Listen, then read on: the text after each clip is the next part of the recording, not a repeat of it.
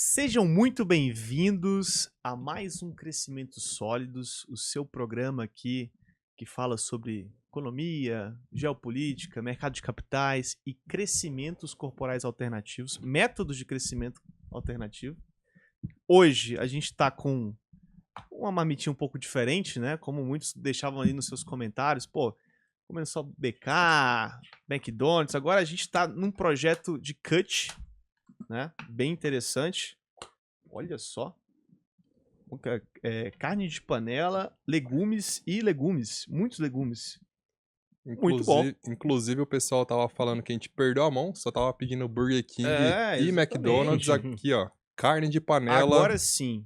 A gente tava em processo de... Como é que é quando o cara... A gente tava em Booking, Em ganhando massa ali. E agora Isso. que tá chegando o verão, a gente vem pro Agora, cutting. chegando só o verão, cortando gordura. fim de ano, cortando tudo. Tudo que é possível para fechar, não só, né, com um corpinho em dia, mas também com a carteira em dia de investimentos. E antes da gente apresentar aqui os comentários, né, apresentar os nossos especialistas, vamos citar um pouco dos comentários ali. Né, o que a gente teve de comentário nos últimos vídeos. Vamos para os principais comentários do Enquanto último a gente vai vídeo. deliciando dessa maravilhosa marmita aqui. Temos nosso querido Heitor, que começou rindo na nossa cara aqui. Falou que o ao vivo era melhor, mas não perca um vídeo. Forte abraço. Então, um forte abraço pro Heitor. E estamos ao vivo, né? Ao vivo, no momento que você aperta o play aí, a gente tá ao vivo. Você não sabe o que vai acontecer depois, então... E temos poucos cortes. Teve a Liza também que falou: essas imitações me quebraram. Então, um forte abraço aí pro Lucas Senna, que tem as melhores imitações. Exatamente. O Lucas Senna, que inclusive é o nosso Wolverine, né? A gente descobriu nessa sexta-feira o nosso Wolverine. Cara, eu gostei das fantasias. Pessoal criativo. Realmente ele parece o cabelo dele assim, mano, a barba assim, ele... Treinou muito bem pra legal. ficar A no gente tem shape mais do algum Wolverine. comentário? O último comentário aqui, o tal de Brígido Lemos falou: Raul da Shopee. Acho que ele tava falando de você mesmo. Muito obrigado. Melhor do que o Raul, talvez, da Shein ou da Temu. Mas ele foi mais ousado ainda. Ele falou: bom programa. Galera, arruma um técnico de áudio. Os microfones parecem Estamos bons, em andamento. mas o áudio sempre fica meio estranho. Estamos então... em constante evolução. E hoje o nosso tema é um tema bem interessante e um pouco tanto quanto salgado, né? Diferente dessa marmita que está muito bem temperada. A gente vai falar sobre inflação contra deflação. O que é pior para o seu dinheiro? Né? O que provoca mais anseio, preocupação em relação ao seu investimento? Né? E eu quero que você deixe no seu comentário a seguinte frase. Antes da gente começar aqui, você já deixe no comentário para a gente comentar no próximo programa se a sua carteira está em Booking ou em Cut. Né? Se ela está crescendo ali ou engordando, ou se você está em processo de cut para ajustar ali as suas metas de fim do ano.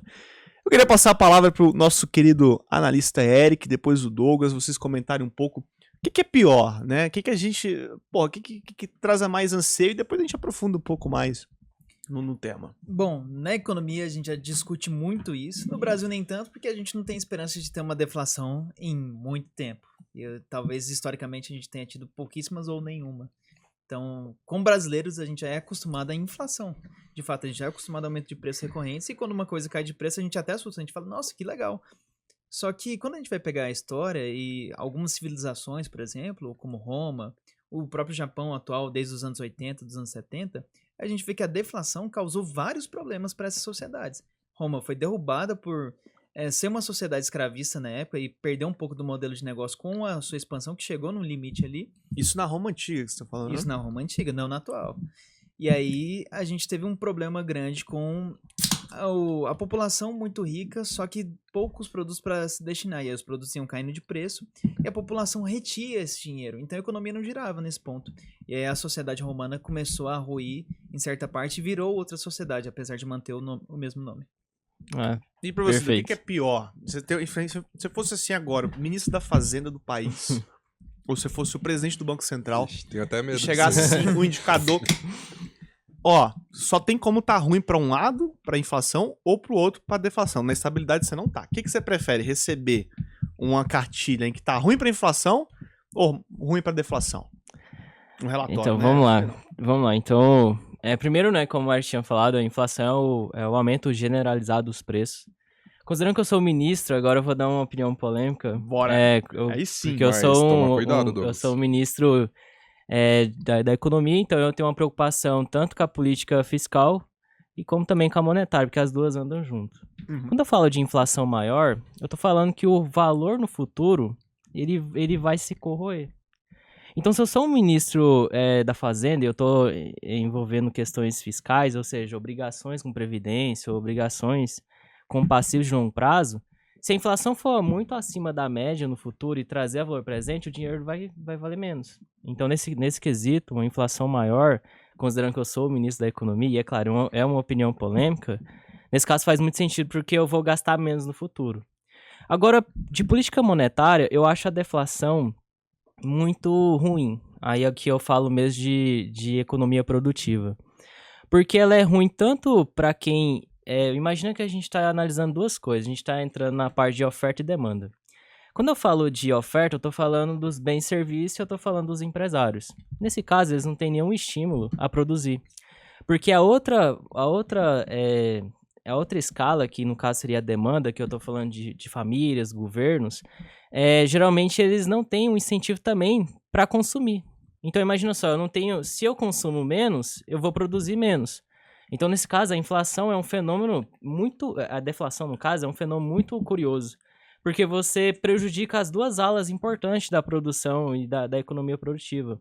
Isso acontece muito no Japão, como o Eric tinha mencionado anteriormente, porque o Japão, se você pega a década perdida dos anos 80 e 90, você percebe que os preços eram extremamente distorcidos e depois você teve uma queda muito grande do consumo, porque os próprios salários dos japoneses não se reajustaram. Então, por exemplo, hoje é um grande problema para Takaishi, que é a nova ministra agora da economia do Japão, porque ela tem uma visão muito expansionista. Só que ela não... Se você tem uma visão muito expansionista, você precisa que as pessoas consomem, né? Porque você precisa de incentivar a economia produtiva.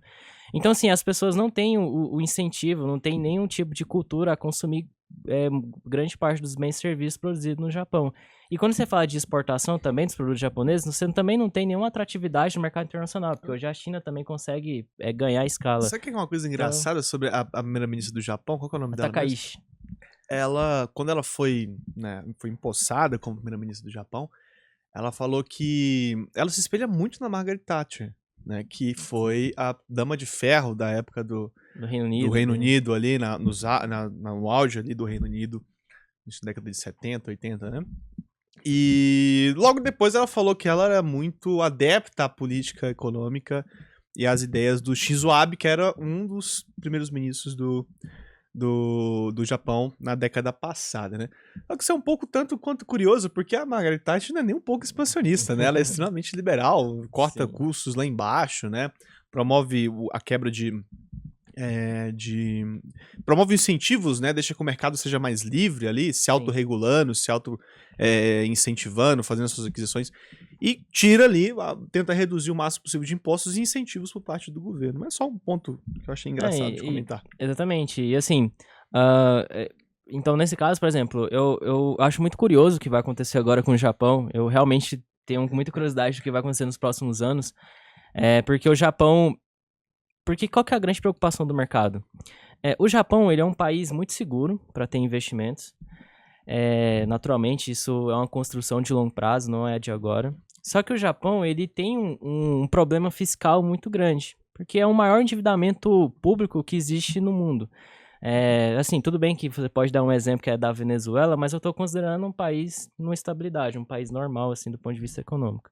E se você está querendo ter uma política expansionista, você está falando que vai ter mais gastos públicos.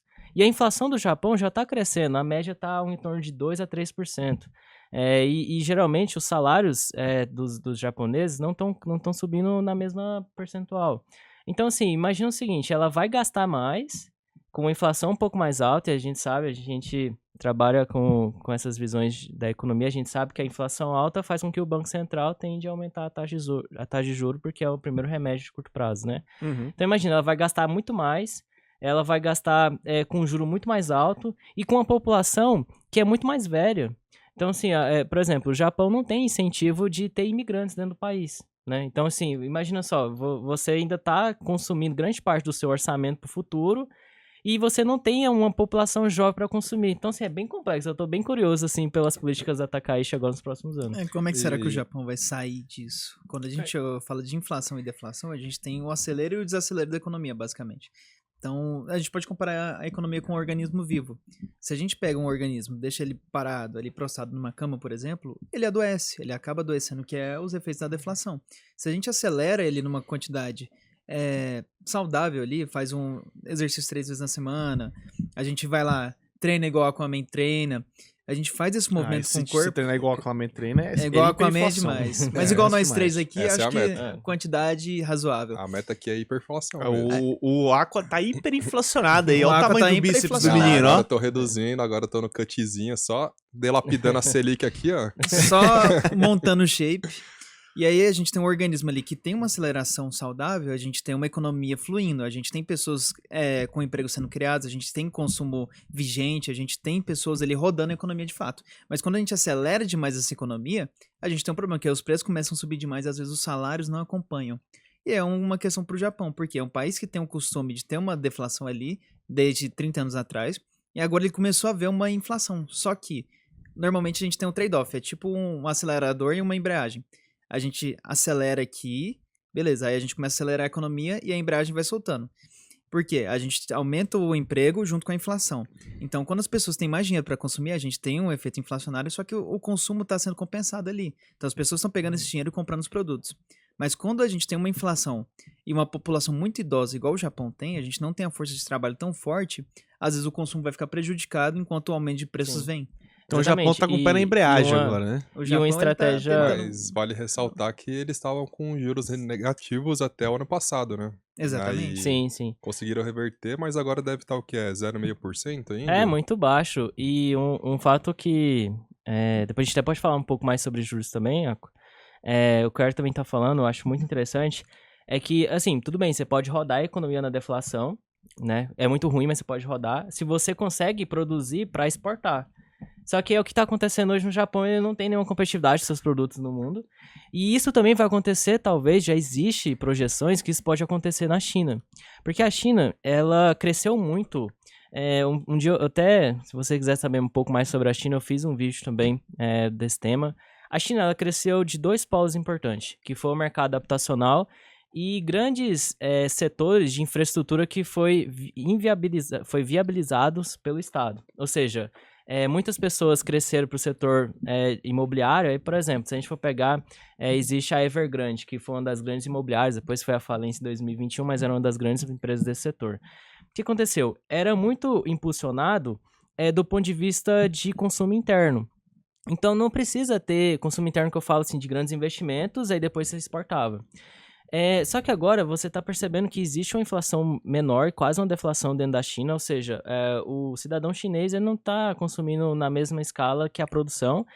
E agora, com as tarifas do Trump, e claro, de outros países, por exemplo, tem muitos países dentro da Europa que tem barrado um pouco o BYD, né, que é o carro elétrico, que falam que é uma empresa que está tendo muito incentivo do governo, algo nesse sentido, e às vezes os preços dos carros estão muito competitivos que não tem como ter Práticas concorrência. comerciais predatórias. Isso, exatamente. Então, assim, eu também acho muito curioso o que vai acontecer com a China, porque se ela começa a não ter mais consumo interno no país e começa a perder fôlego também nas exportações, porque grande parte do PIB da China vem de crescimento da balança comercial, né? O superávit da balança comercial. A gente vai ver também alguns problemas estruturais na economia chinesa. Mas eu queria fazer uma pontuação sobre o que vocês falaram aqui, muito bem, sobre o exemplo do Japão, China, né, e tudo mais,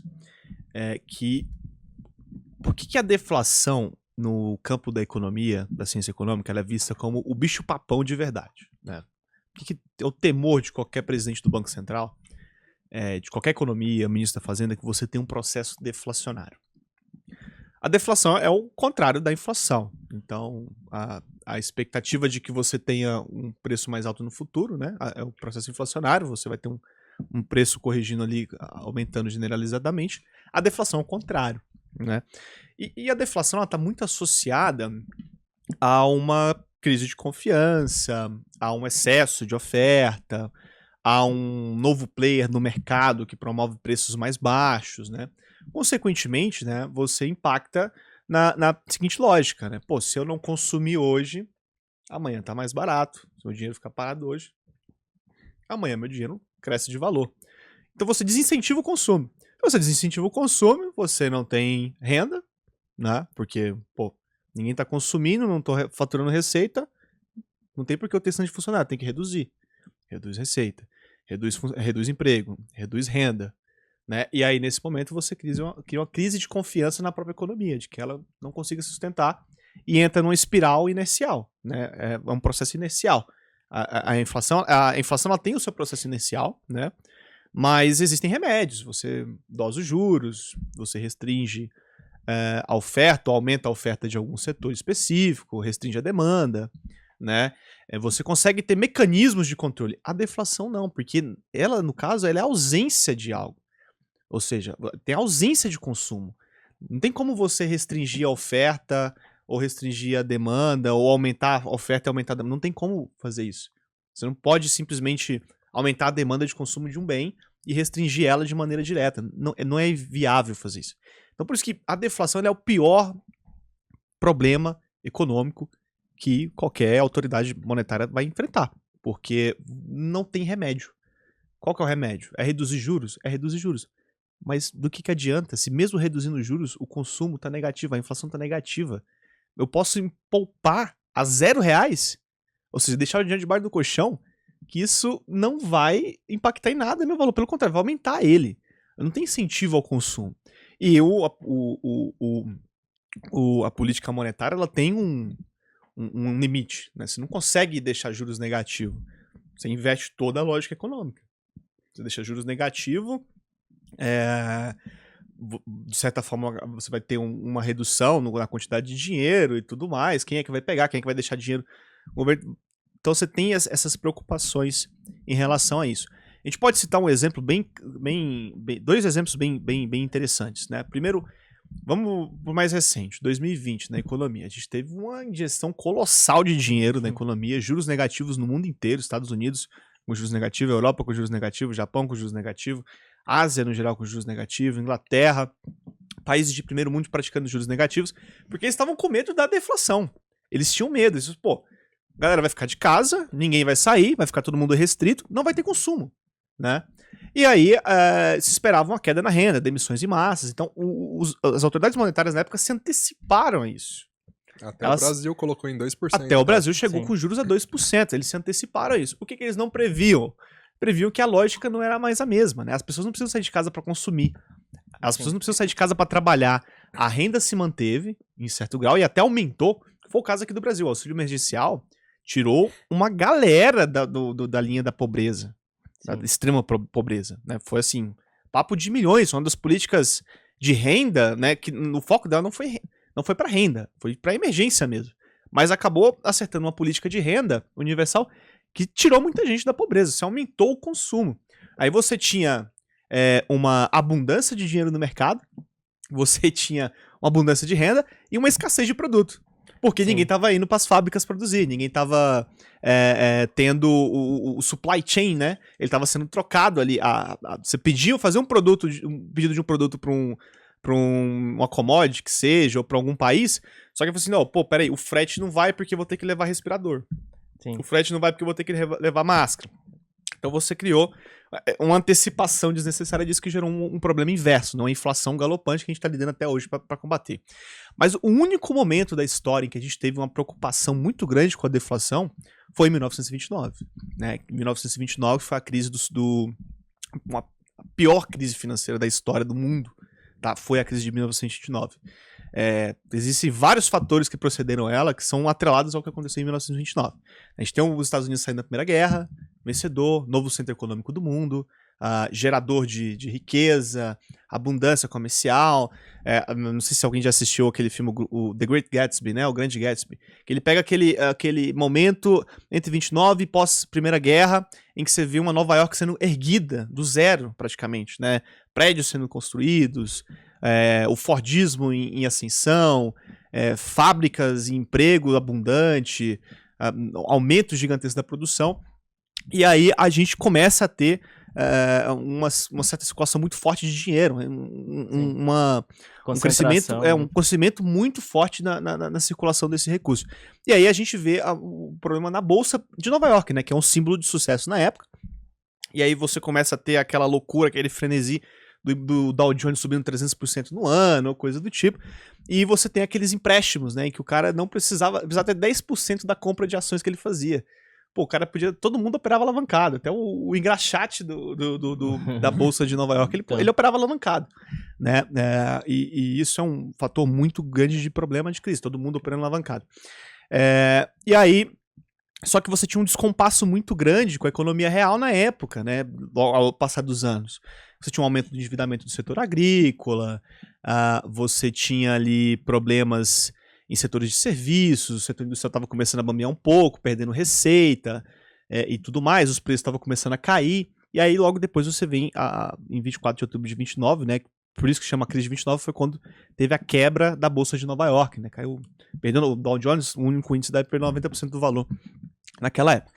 Ali, né, você começa a ver que estava descompassado todos os fatores de preço, né, frente ao fator de renda, porque aí você chega num nível em que agora, o Dow Jones quebrou, muita empresa perdeu caixa, muita empresa perdeu seus investimentos, muita gente perdeu sua renda, perdeu seus dividendos, perdeu sua composição acionária.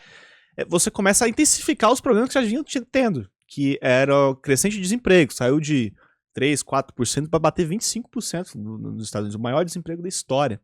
Você tem uma quebra na renda, as pessoas não têm mais renda, as empresas param de faturar, tem que reduzir o preço para faturar. Aí você entra num processo deflacionário que perdurou de 29 até 33, 34 ali. Eles foram conseguir corrigir isso na Segunda Guerra. E depois a guerra. E qual que foi o problema disso? Olha pra você tanto que é grave a situação, né? Os Estados Unidos, como ele saiu da Primeira Guerra Mundial como a principal economia do mundo, eles eram o credor do mundo inteiro. Então, assim, a Europa tinha que ser reconstruída da Primeira Guerra. Preciso de empréstimo para construir aqui ferrovia, né, reparar elas, aumentar aqui as ruas, construir umas pontes, armar meu exército, etc. Pega com os Estados Unidos, que tinha muito dinheiro, abundância de dinheiro, de dólares para emitir. E você tinha essa a Alemanha também, né? Mesmo sendo sancionada depois, ela dependia muito dos americanos. Você quebrou os Estados Unidos, você aumenta uma proliferação de ideias absolutistas, ideias autoritárias. Muita gente associa o surgimento do ideal nazista da quebra de 29. Né?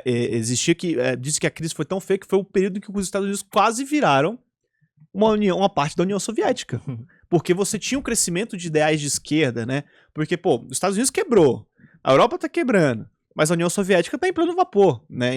Com os números deles, né? É uma economia planificada, então, tipo assim, não tem um perigo de acontecer isso. Tem emprego, tem a renda e tudo mais, né? Tudo mostrando ali. E aí você teve esse principal problema. Então, o problema deflacionário, ele não é só em questão monetária, é em questão moral também, é em questão de vivência, né? Você começa a levar o afloramento de ideias mais absurdas, né? Ideais mais extremistas, né? E eu acho que um ponto muito legal da gente reparar é que existia um descompasso muito grande entre a Bolsa de Valores e a economia real, na época de 29, né?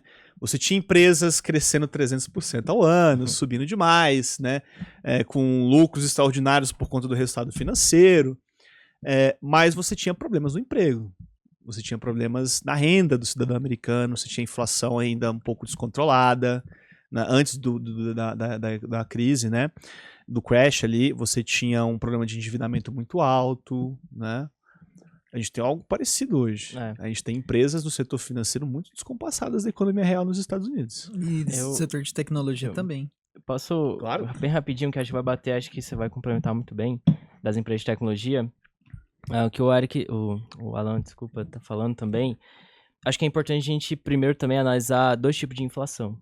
Eu acho que eu acredito seriamente que nos próximos anos a gente vai ter um impacto inflacionário que vai demorar muito tempo para cair. Porque eu atribuo muito a inflação mais baixa, os juros mais baixos no mundo, por conta do crescimento chinês. Porque o que acontece? A China, ela não tem muito interesse em ser um player de setor de serviço. Acho que vai bater muito com o que o Eric também vai dizer posteriormente. Porque a China ela ficou tão forte da parte de manufatura. Então, por exemplo, qualquer embalagem que você tiver no mundo para você produzir, eu tenho quase certeza que a China vai conseguir fazer mais barato. Então você pega, por exemplo, acho que isso deve ter acontecido também na família de vocês, é uma história seguinte, que uma televisão na época dos nossos avós, dos nossos pais, era extremamente caro. E hoje, uma pessoa que tem uma renda normal consegue comprar uma televisão. Renda de um salário ali Já consegue. consegue. Então percebe que a inflação dos bens duráveis tem diminuído ao longo do tempo. Alguns bens duráveis, assim, claro, não tem condição, porque, por exemplo, às vezes um carro, existe marcas diferentes, existe classes de renda diferentes, enfim, mas eu falo de bens, assim, essenciais, duráveis, consegue ter um preço Vamos competitivo. pegar o exemplo de telefone celular. Sim, sim. A dificuldade que era para as pessoas comprar um telefone celular, 10 anos atrás. Você não tinha um telefone que custasse menos de, vamos supor ali, R$400, R$300, que era um percentual relevante do salário mínimo, né? Quase metade do Sim, salário mínimo sim. na época, né? Hoje não, hoje Pois é. você tem aí telefone de 200, 250, que foi um processo de deflação que a China causou no mundo, né? Exatamente. É Eles isso que, deflacionaram o mundo que é inteiro. importante. Porque a China, ela foi um dos grandes, não vou falar culpados, que isso é algo bom, né? Mas sim, foi um dos grandes, assim, Causadores. exatamente dessa deflação no mundo. Então, por exemplo, por que as empresas do S&P 500, por exemplo, elas conseguem ter resultados tão relevantes? Aí eu tô falando das 7 magníficas. Pode olhar nos resultados. Por exemplo, vou dar um exemplo da Adobe. A Adobe, ela não tá nas 7 magníficas, mas é uma empresa do setor dela que reajusta os preços, tipo assim, ela tem poder de preço em relação aos clientes. Ela pode simplesmente colocar 10, 15% acima de reajuste, que é um reajuste que vai em cima na veia, que vai na receita, e isso vai inflar os resultados dela positivamente. É claro, ela também consegue ganhar escala porque entrega um produto de qualidade, que senão teria perca de assinantes. Mas eu falo o seguinte, hoje as empresas de tecnologia têm um poder tão forte de ter um impacto inflacionário, que isso também faz importante nos valuation delas. Então, por exemplo, a Amazon mesmo, o que está puxando os resultados da Amazon nos últimos anos não é a Amazon do varejo digital, é a AWS. A AWS, ela conseguiu ter condições de ser tão forte no setor dela que simplesmente ela consegue repor os produtos dela acima da inflação. E só um dado curioso, hoje a Amazon fechou uma compra de 38 bilhões de dólares da Nvidia. Comprou, a empresa tá subindo, na hora que ele tava subindo 5% no mercado, por conta dessa compra. Pois é, e assim, e é algo que por conta, e assim, é uma compra que assusta a gente pelos valores, mas para eles agora já é algo normal. É algo ultrapassado. Porque assim, já tem toda uma consolidação do setor. Então, assim, eu acredito, aí aqui fazendo um achismo mesmo, mas assim, o que eu tenho percebido, o que eu tenho lido, que se realmente os planos de protecionismo dos países, aí eu falo dos Estados Unidos, da União Europeia, eu falo também dos países aqui, o nosso país, o Brasil, já é naturalmente já tem um protecionista, né? protecionismo, mas se você começa a ter um protecionismo no mundo, você está falando que os produtos chineses vão ficar mais caros. Não porque eles produzam menos, mas é porque para entrar lá vai ficar mais caro. Então você vai ter que ter você vai ter que jogar produtos para ser produzido nos Estados Unidos. Se você produz esses produtos nos Estados Unidos, você vai ter um impacto inflacionário na economia. E eu tô falando de economia global, porque os Estados Unidos também, ele exporta inflação. Via Então, dólar. assim, a gente também tem que avaliar isso. Eu acho que ao longo do tempo, né, vai ser natural que a maioria dos bancos centrais não vão conseguir chegar na meta de inflação deles. Vai estar tudo acima da meta. Por exemplo, a meta nos Estados Unidos é 2%, a inflação tá quase 3%. E já isso tem é natural. 4 anos que não chega E... na meta, né? Então, acho que isso é importante. avaliar Vale isso lembrar também. que a gente chegou a um processo de estagflação nesses países. Então, é um debate muito curioso, né? Você citou ali a questão da deflação dos bens duráveis por parte da China. Não todos os bens, óbvio, carros continuam caros, né? Ali, bens mais elaborados, que envolvem um teor maior de tecnologia, continuaram subindo seus preços. Porém, se a gente for pegar ali, aparelhos eletrodomésticos, né? Aparelhos telefônicos, de celular e tudo mais. E essas empresas não valem, assim, claro, considerando, eu ia falar que não vale nada, claro que vale alguma coisa, mas vale menos do que o valuation uma atual. empresa, exatamente, de Exatamente. Photoshop. E sabe, assim, eu acho isso um ponto curioso. Não vale falo- ressaltar A empresa que utiliza, né, os microchips da Nvidia vale menos do que a Nvidia, É. que produz a commodity. E isso é muito preocupante, porque a produção no mundo vai, assim, não que vai acabar, mas assim, você imagina, eu não conheço nenhum jovem da nossa idade que fala de jeito, não, eu quero ter uma empresa que faz carro. Nenhum, eu não conheço nenhum jovem. Uma Você empresa de economia tradicional. É, exatamente, porque não tem valuation, essas empresas não têm um valor significativo. Tudo bem, falar a Tesla, mas a Tesla tem muito uma tese de economia mais transição energética, assim, tem todo um contexto. Por exemplo, grande parte dos resultados da Tesla, uns 30%, vem de crédito de carbono. O que é o crédito de carbono? É que ela não emite carbono Na produção, no seu não negócio. produz carbono. Aí as montadoras tradicionais precisam compensar essa diferença pagando esse crédito para a Tesla. Então percebe que é prestação de serviço e a inflação em prestação de serviço é muito mais alta do que dos bens duráveis. Então eu acho que um pouco mais de inflação para a economia é mais saudável até para estimular o empreendedor a querer produzir as coisas dentro do país. Né? E como eu tinha falado, a gente está num processo muito complicado, porque você tem a empresa que produz a commodity valer mais do que a empresa que trabalha o bem acabado, faz o bem acabado. E óbvio que nessa produção você tem uma série de fatores, tem uma competição muito grande, né? Por exemplo, a Samsung, quantos competidores de telefone não tem, né? Acho que a Apple se distou um pouco porque a Apple já entra mais na questão de brand, uma marca diferente, né? Sinônimo de status, né? Como se fosse, sei lá, para automóveis, a gente pode olhar a Mercedes, a BMW, tem resultados acima da média das empresas ali, como Ford, Stellantis, etc., que produzem carros de valor agregado mais baixo. Mas você tem uma quantidade muito grande de concorrentes, você tem um país que deflacionou muito esses resultados, e, consequentemente, você mantém o valor de alguns bens acessíveis, né? Mas você tem ali um aumento no preço, principalmente dos consumos dos produtos mais básicos. Eu acho que se a gente for olhar bem, o que mais subiu nos últimos anos? Né? O preço dos alimentos subiu nos últimos anos. A carne, arroz, verdura, petróleo. O petróleo, mesmo desde 2022, a gente está com um problema de descontrole do preço. Agora está caindo esse ano, né? Mas no refino aqui, a paridade de preços internacionais da Petrobras, né? Não ajustou tanto assim. Então, assim, a gente chegou a viver momentos de estagflação no mundo inteiro, desde o aumento da pandemia, né? E como você falou, é muito provável que daqui para frente nenhum banco central consiga de fato atingir a sua meta de inflação, né? Que é o pilar da essência do Banco Central, da existência do Banco Central. E existem alguns autoridades, instituições, eu não me lembro quem agora, mas foi na Europa, né, que divulgou, falou, a população precisa se acostumar com um padrão de vida um pouco mais baixo, né? Não que ela vai perder a renda, mas é porque o preço das coisas vão subir. E ela vai ter que destinar mais renda com coisas antes que eram básicas, energia, alimentos, né? A gente tem um cataclismo muito grande, mas um problema muito sério na questão distributiva hoje no mundo, né? Em 2020 todo mundo percebeu que tudo vinha da China, então até se ajustar essas cadeias produtivas é muito grande, é muito difícil. E aí você tem um aumento exponencial das políticas de protecionismo, que provocam a inflação, né? Elas exportam a inflação, elas importam a inflação, né? O exemplo claro é do próprio Estados Unidos, que está tarifando todo mundo, mas tarifou produtos básicos aqui no Brasil 50%. Você vai trazer preço para cá, porque as pessoas têm que consumir. Vão ter que consumir. O telefone, beleza, você troca, usa Apple, usa Nokia, Motorola, né? A Motorola, na verdade, acho que ela é chinesa, né? É da Lenovo agora, se não me engano. Não sei. Então, É um bem substituto. É um bem substituto.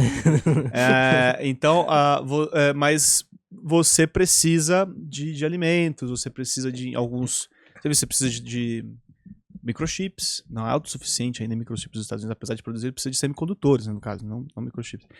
Então, a gente está numa dinâmica bem diferente da época de 1929, dos problemas que a gente passou. A gente está num momento em que vai ser provável que a gente tenha um crescimento baixo e uma inflação alta.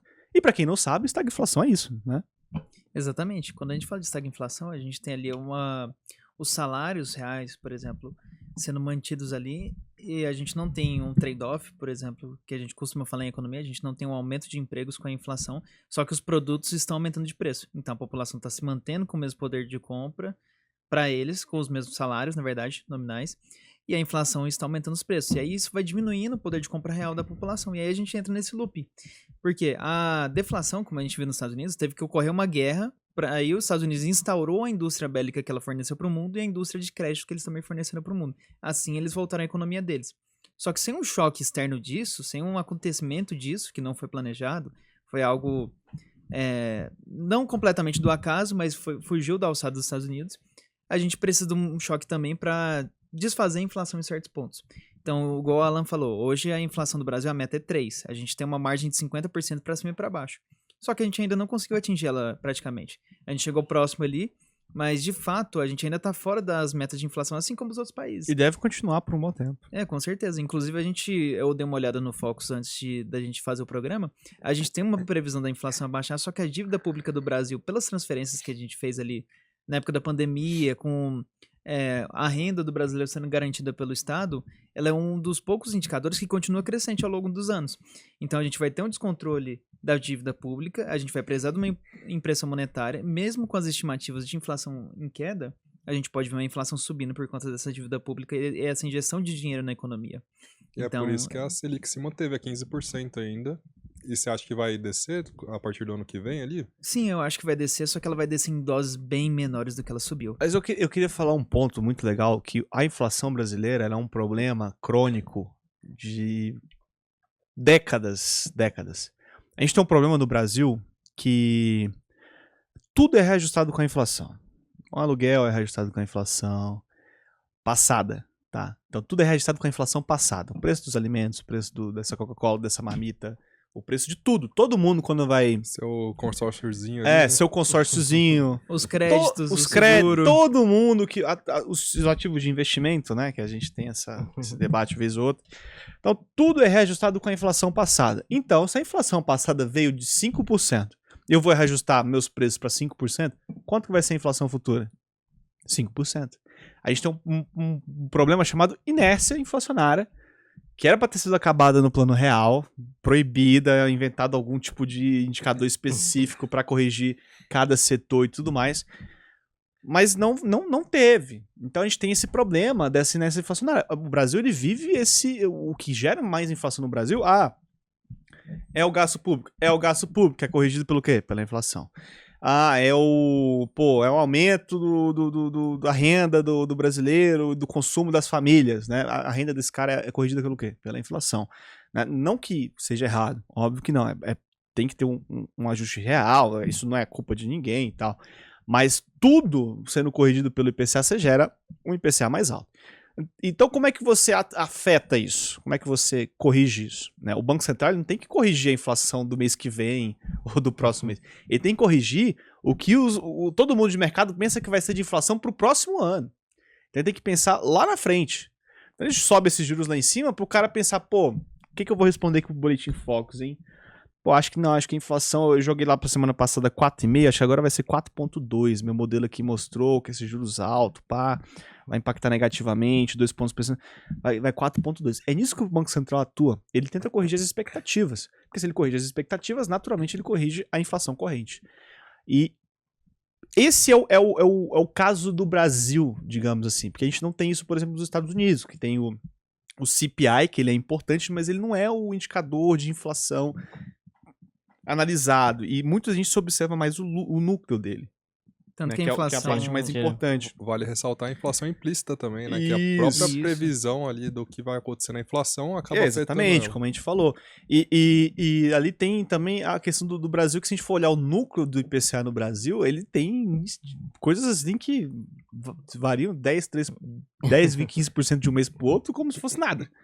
O preço dos alimentos é um bom exemplo disso. Combustível, né? Passagens aéreas, etc. E assim, eu acho que essa abordagem que a gente tá falando que essa herança veio um pouco mais do plano real. Veio antes do plano real, na verdade, que poderiam ter interrompido, mas não interromperam. Exatamente. E assim, eu acho que naquele momento fazia muito sentido, até porque grande parte a gente não tinha reserva internacional, hoje a gente já tem reserva internacional.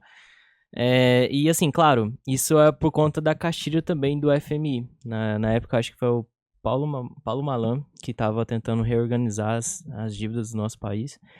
E assim, de fato, no curto prazo fazia sentido porque depois teve a crise asiática e também dos países emergentes. Por exemplo, ali no final dos anos 90, a Rússia, o México, esses países emergentes teve problema. A Argentina também teve calote. Então, assim, naturalmente, o Brasil tinha que sair de algum lugar. E eu acho que a cartilha do FMI naquele momento era muito interessante, que foi um dos grandes precursores ali para fazer o tripé macroeconômico, a meta de inflação, câmbio flutuante e também superávit primário. Só que eu acho que o mundo mudou muito. O mundo hoje, ele não... eu até sempre brinco que coisa de superávit primário é de países emergentes. Depois a gente até pode falar um pouco mais sobre isso. Claro, a gente não sou a favor de ficar gastando dinheiro assim, no nosso orçamento, da déficit, algo nesse sentido. Mas eu acho que hoje o mundo é outro. Eu acho que o fato da gente seguir o tripé macroeconômico e a cartilha do FMI nesse sentido diz mais sobre o Brasil do passado do que o Brasil de hoje. Eu acho que o nosso país hoje ele tem totais condições de tentar alterar algumas variáveis, como a gente tinha mencionado, né? Por exemplo, grande parte dos nossos gastos fixos obrigatórios são reajustados pela inflação. E a gente sabe que a inflação, dependendo de quem entra para ser o ministro da Fazenda, e se tiver uma política heterodoxa ali, né, tipo, modificar tudo as questões econômicas, você pode simplesmente aumentar a inflação. Então, por exemplo, utilizar os bancos regionais e estaduais, por exemplo, o Banco Nacional de Desenvolvimento Social, que é o BNDES, utilizar ele como formas de impulsionar a economia. Às vezes você pode ter um crédito muito mais jogar dinheiro no mercado e isso pode aumentar a nossa base monetária e, claro, gerar inflação. Então, assim, eu acho que para o Brasil pensar em crescer no futuro, eu acho que realmente precisava olhar para essas coisas assim com mais seriedade, né? Mas vamos, então, olhar, porque assim, a gente deixou, acho que ficou em conclusão em comum que vai ser um problema que a gente vai enfrentar muito, vai ser a inflação fora de controle. Pode ter uma deflação? Pode ter, né? Se tiver um problema de crise mais sério, uma quebra nas expectativas de consumo e de renda, pode ser que tenha sim, né? Mas existem mecanismos do quais você se prepara para esses cenários, né? Então, assim, pra gente se preocupar, óbvio, quando a gente vai fazer um planejamento de investimento, da carteira de investimentos, a gente tem que olhar o que eu quero de renda lá no futuro, né? É o principal, a principal pergunta. Quanto que eu quero ter lá no futuro? Pra que eu quero ter esse dinheiro? Pra que eu vou comprar? Vou comprar uma casa? Vou manter? Vou parar de aposentar? E você tem que ter a inflação como objetivo, né? Muita gente fica assim, tô batendo o CDI. Cara, o CDI... Joga o CDI contra o IPCA mais 6. Né? Se a gente for tirar aquelas anomalias logo do plano real, com CDI a 40, 50 ao ano, né? Você vê que o IPCA mais 6 bateu muito forte no CDI e até mesmo se a gente for olhar no dólar, por exemplo, né? Então a gente tem que olhar sempre quanto que a gente tem que ter de rendimento acima da inflação e a gente tem que ter um ganho real. Porque às vezes não adianta nada, você bate o CDI de 10%, a inflação de 12%. Né? Você perdeu 2% nesse sentido. Então, o que é o mais vantajoso hoje para aquele cara que está disposto ou se preocupando em vencer a inflação? Sei que vocês vão falar, título IPCA+, renda fixa IPCA+. A gente tem essa anomalia no mercado brasileiro, que corrige bem acima da inflação. Mas vamos tentar sair um pouco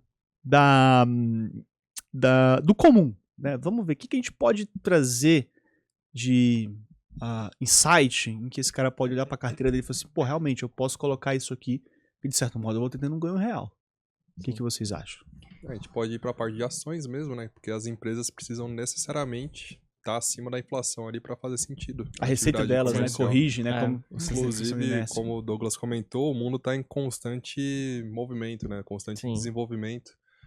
Um detalhe que o pessoal pode ficar de olho é que essa nova área da nova janela das IAs vai demandar um consumo energético muito alto. Então, vale a atenção ali, um olhar estudioso maior nas empresas de energia elétrica mesmo, que tendem a ser valorizadas ao longo do tempo. O RAP sim. delas também é corrigido do IPCA. Tudo né? é pelo... Exatamente, ela tem contratos ali que são reajustados pelo IPCA, principalmente linhas de transmissão, que a empresa só bota ali a torre de energia, passa uma fiação da geradora para a distribuidora, e aí ela vai deixando aquele equipamento se mantendo ali com pouca manutenção e reajustando conforme a Acho inflação. que daria um bom assunto a gente falar É. sobre essa questão da IA e a tese de energia, né? Eu acho demais, eu acho que pode ser até um dos nossos próximos programas aí, deixa Deixa aí nos nos comentários comentários aí se também. você quer.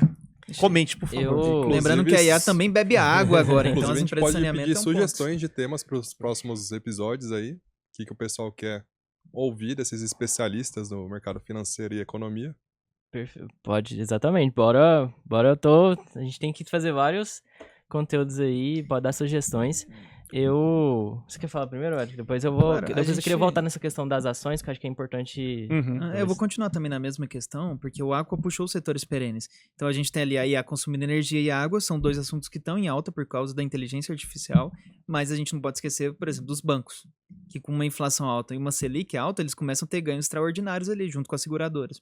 Então um banco, por exemplo, ele tem que emprestar dinheiro. E as pessoas precisam de crédito para a economia girar. Então mesmo que os empréstimos abaixem inadimplêncialmente um pouco, normalmente um banco sai ganhando nesse cenário. Então ele começa a ganhar muito mais e compensa até a inadimplência maior que ele teve, mesmo que ela dobre, por exemplo. Então, se um banco consegue controlar o índice do que ele está recebendo ou não, consegue renegociar a dívida bem, ele consegue receber muito mais e por muito tempo. Então, o banco também é um setor para ser olhado nesse ponto. E as seguradoras, por elas terem contratos reajustados à inflação, por exemplo, você tem um contrato com uma seguradora até 2030.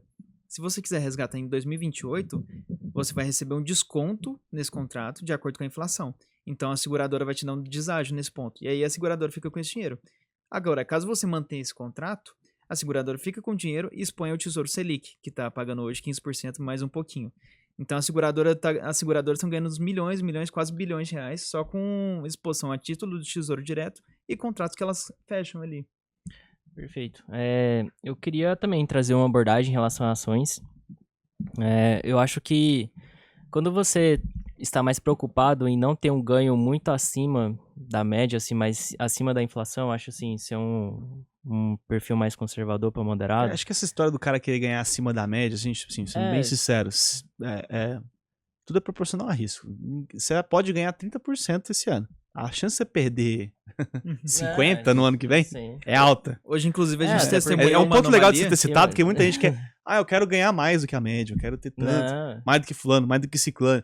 E às vezes não vê o risco que o cara tá correndo, né? Vamos dar um exemplo aí da galerinha que comprou aquela renda fixa de 16%, que tinha um P, vou falar P, não preciso citar o palavrão, mas de risco bem ferrado de perder dinheiro e perdeu. Muita gente perdeu e tem gente que pode perder mais. Mas pode continuar. Exatamente, eu acho que o maior investidor da história ganhou no máximo ali na média 20% ao ano, assim, em dólar, e teve momentos que perdeu, porque o Buffett mesmo. Tô falando anualizado porque o Buffett, 60 anos investindo, claro que vai ter momentos que vai ser bom e ruim, mas na média vai dar menos de 20% E se for parar ao pra ano. pensar, ele não fez muito diferente do feijão com arroz, não, né?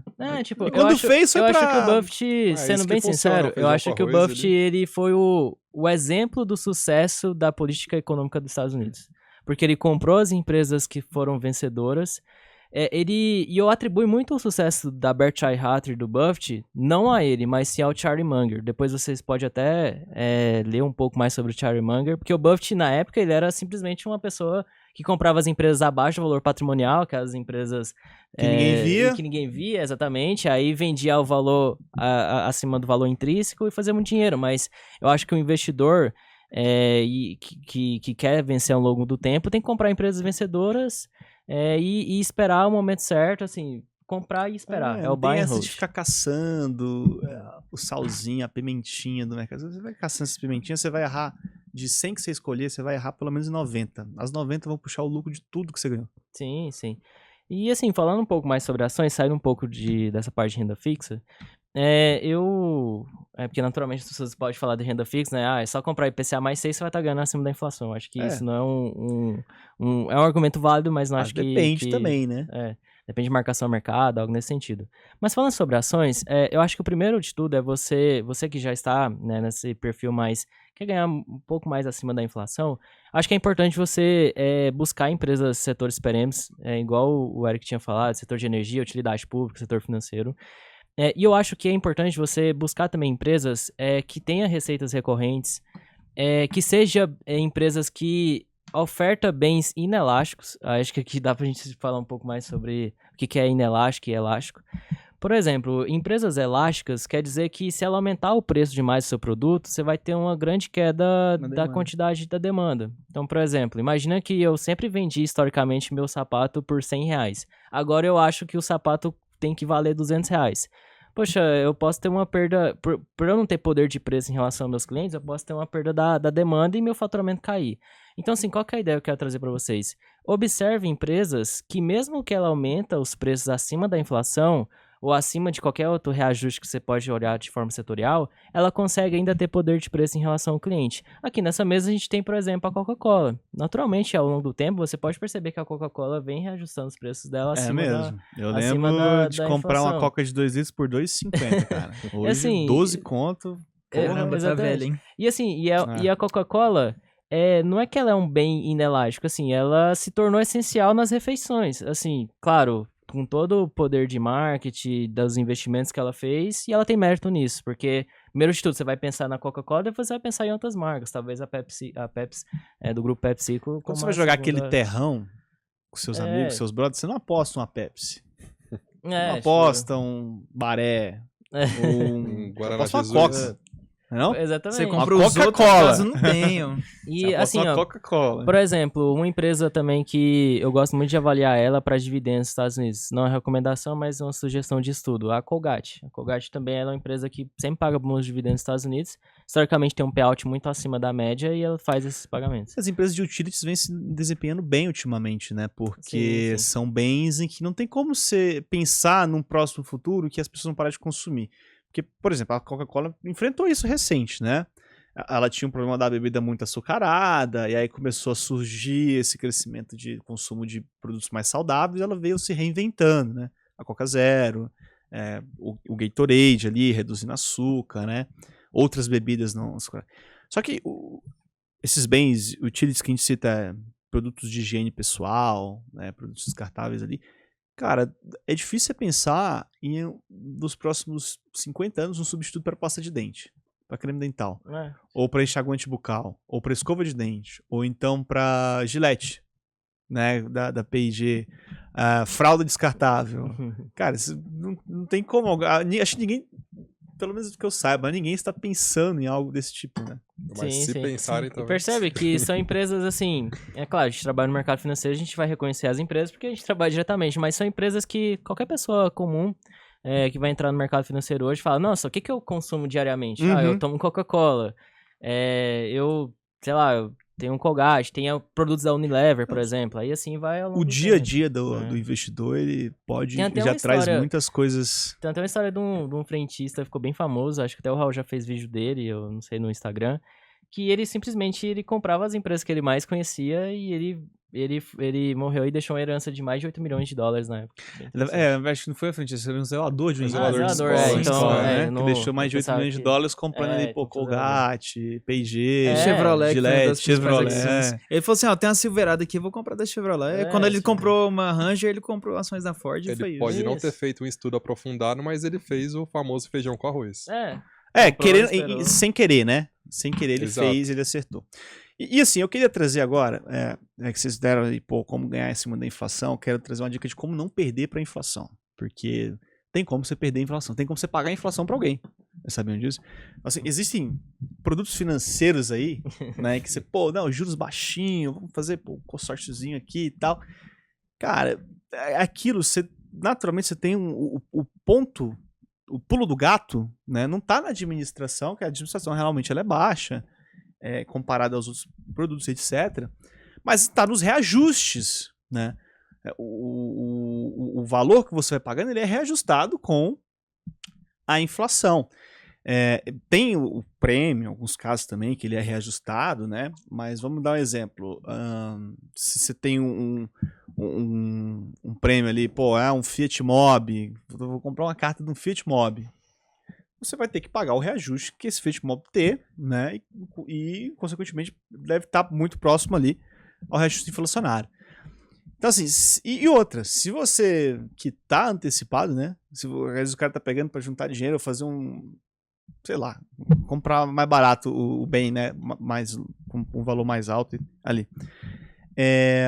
Você acaba que, pô, beleza, agora eu paguei, mas tem uma grana aqui que quero antecipar pra ter um desconto. Você não tem, porque não é um financiamento que é atrelado a juros e tem um desconto dentro da matemática financeira ali. Não, você vai ter que pagar tudo que tá tabelado daqui pra frente. Né? Então é uma maneira de você não pagar a inflação, né? Porque se você ficar, às vezes já tem inflação nos bens que você consome, você ainda compra um crédito que está atrelado à inflação, né? E outra, é um mecanismo bem complicado, né? Eu tava vendo eu acho que foi um perfil de um cara no mercado, que é relevante, CFA e tudo mais, que ele tava falando sobre a probabilidade de você ser sorteado num consórcio. Cara, é papo de menos de 1%. Assim, que pelo que ele falou, né?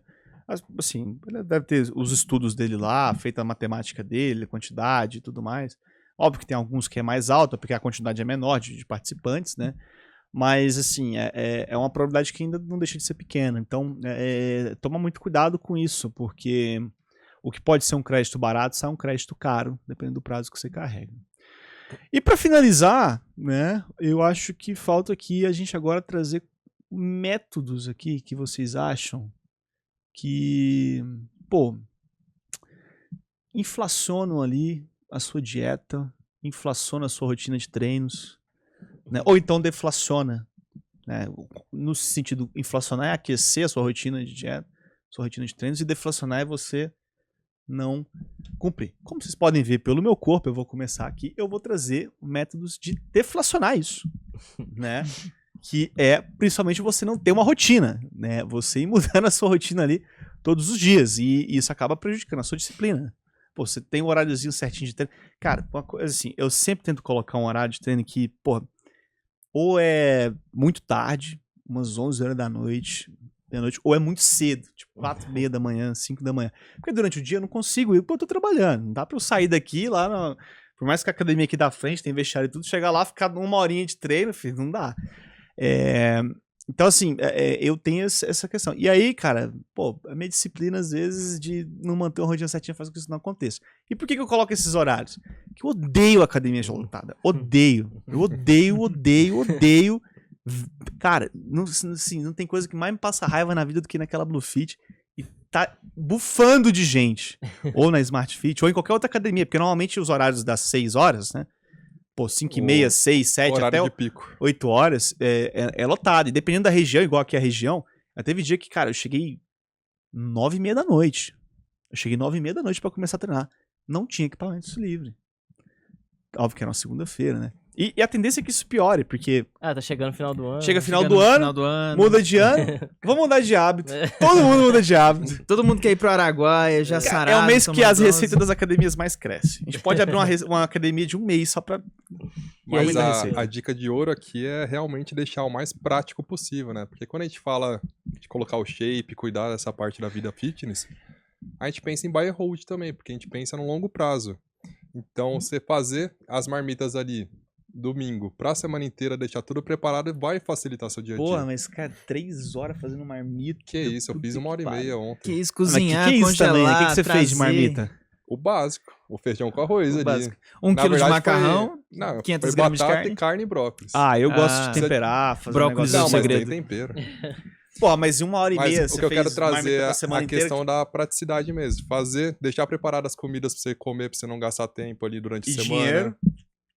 Economizar dinheiro também. Ir pra uma academia que seja ou muito perto da sua casa ou muito perto do seu trabalho pra fazer você não desistir ali na hora H, né? Na hora que você sair. Perto do trabalho pra mim não funciona muito não, porque eu desisto várias vezes, cara. Eu, coincidentemente, me mudei pra 1 quadra de distância da nova academia que não é lotada em horários de picos. Por Então, acaso, É bom. o Aquaman Você faz decidiu pura dar uma olhadinha dele coincidência pela ali. academia.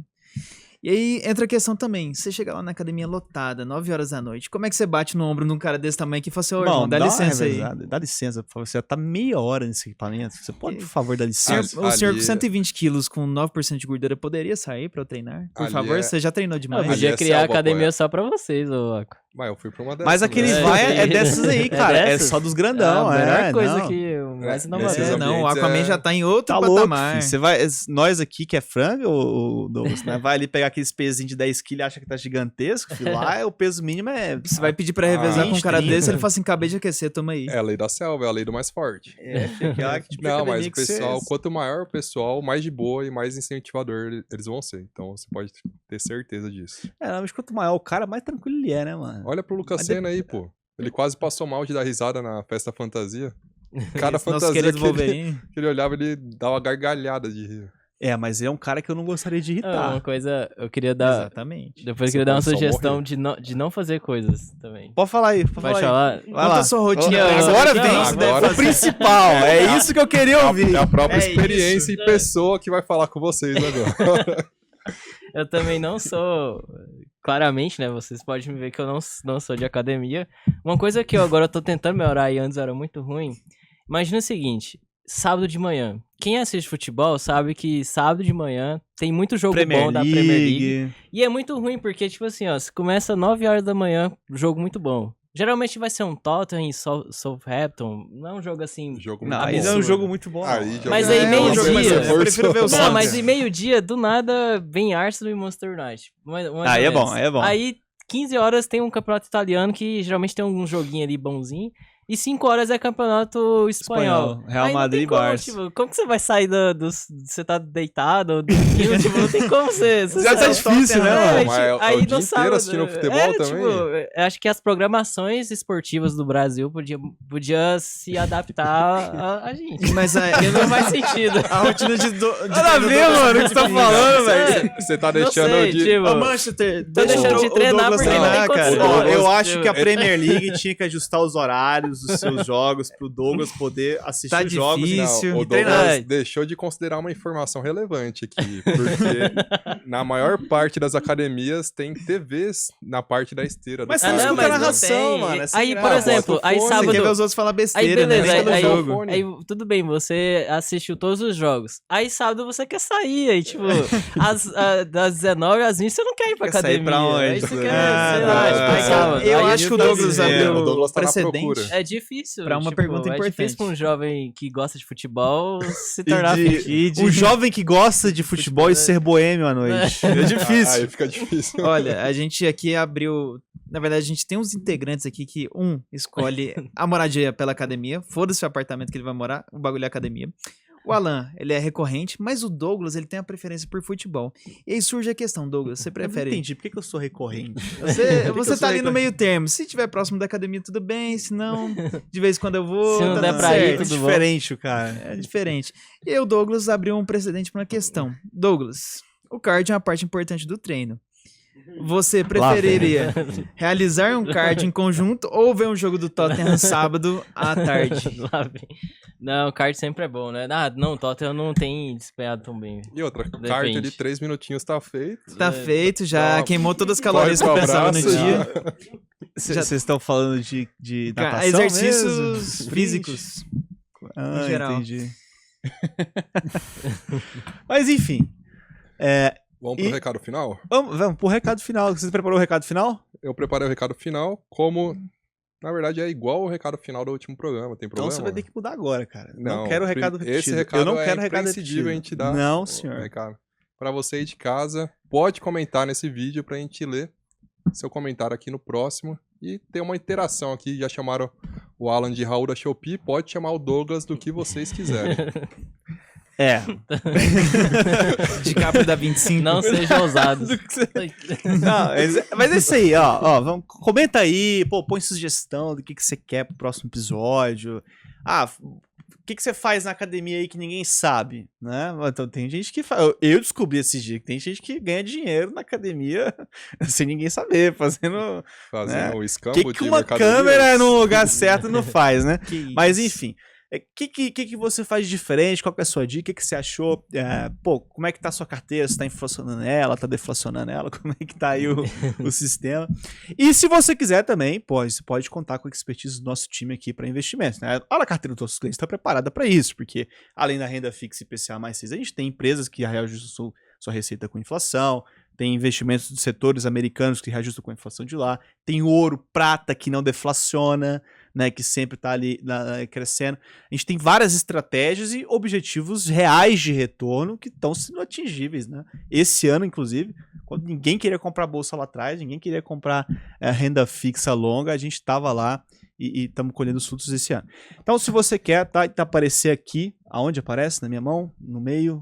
Aonde Descubra, né? Vai aparecer aqui um QR Code para você conhecer um pouco mais sobre a UVP e participar aqui dessa empresa maravilhosa. Aqui o último recado final, então. Então, o segundo recado, o recado final do final. O final do final. O final do final. O pós-recado final. Pós-recado final. Aquele pós-crédito que passa do filme, entendeu? Aí chega a cena pós-crédito, tem filme- mais uma. filme da Marvel. aqui. Esse aí é o Mas filme da esse Marvel filme agora. super-herói. Vamos lá.